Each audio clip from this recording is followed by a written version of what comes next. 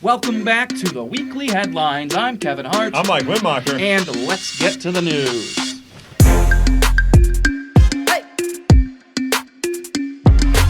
Mike Madigan's half a century in the Illinois House was certainly controversial, but now that he's resigned several positions, his new pick will turn over a new leaf in Illinois politics. Christ. This guy, Edward Kodat, worked not even 3 days until he had to step down due to allegations of misconduct. Darren Super Spreader Bailey announced earlier this week that he'll be running for governor in 2022. Bailey, an Illinois state senator, has been a fierce opponent of how current Governor J.B. Pritzker has handled the coronavirus pandemic in Illinois, to the point where he has sued Pritzker over some of the mandates. Bailey ultimately lost those cases.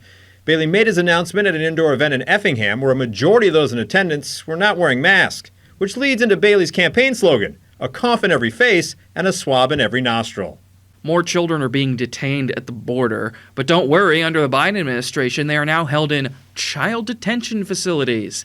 Instead of cages, they're held in fun little storage containers. Yay. I know our immigration system is and has been far from perfect, but you can't just say no more kids in cages and then throw them in a box. Hey, Biden!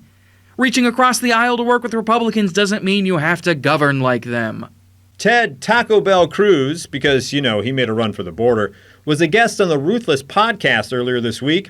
Cruz made mention that his wife was mad at a couple of things concerning their ill-timed Cancun trip. Cruz said Heidi was pretty pissed that her text chain about the trip went viral and that the paparazzi took a pic of her in her bikini.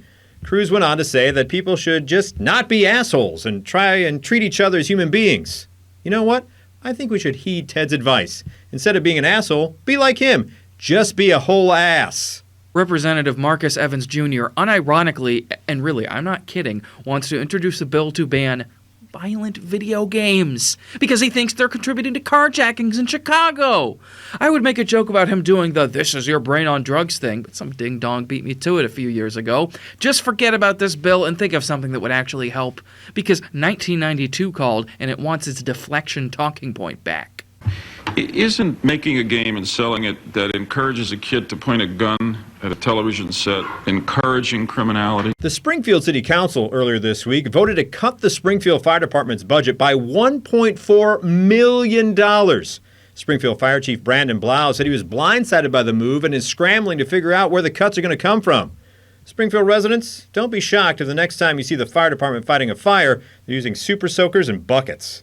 When Clanny Oakley, or Marjorie Taylor Greene, as some people call her, isn't cheering on a terrorist attack on American soil and giving tours of the Capitol to insurrectionists, she is hard at work attacking a co-worker's transgender child with a sign saying there's only 2 genders and that she follows the science. Donald Trump's next wife, and I'm only half kidding about that, says she follows the science, although that science apparently doesn't include the benefits of wearing masks. I guess she doesn't realize that just because you're a mouth breather doesn't mean a mask over your mouth will block that airway. Merrick Garland had his first committee meeting this week as Joe Biden's choice to be the new Attorney General. Wait a minute. Is this the same Merrick Garland from the 2016 Supreme Court stuff? Oh, it is. Okay. And he actually got a meeting? Huh. Very interesting. Well, I'm sure there's no way he's going to end up being confirmed. Wait, what's that? Mitch McConnell said earlier this week he supports Garland for AG. Mind an episode of WandaVision? Because this sure seems like some type of alternate reality. Bruce Springsteen was in court recently for a DUI, ironically after doing a Jeep ad for the Super Bowl, which, can I say, was horrible? I mean, really one of the worst ads in the whole game. We need to be more in the middle in this country, but we can all agree that the Jeep's new 2022 model with 0% APR financing available now will bring us together. The only middle Bruce was headed was the middle of the road after drinking before driving his motorcycle. He set an example almost as bad as his singing. Golfer Tiger Woods was involved in a serious one-car accident early Wednesday morning as his SUV went across 2 lanes of traffic, jumped the curb, hit a tree, then rolled 700 feet before finally coming to rest on its side. Woods had to be extricated from the vehicle with the jaws of life and was taken to the hospital for emergency surgery on his right leg.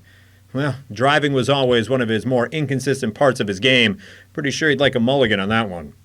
And those are your weekly headlines. I'm Mike Wimmacher. I'm Kevin Hart. And we are out of here!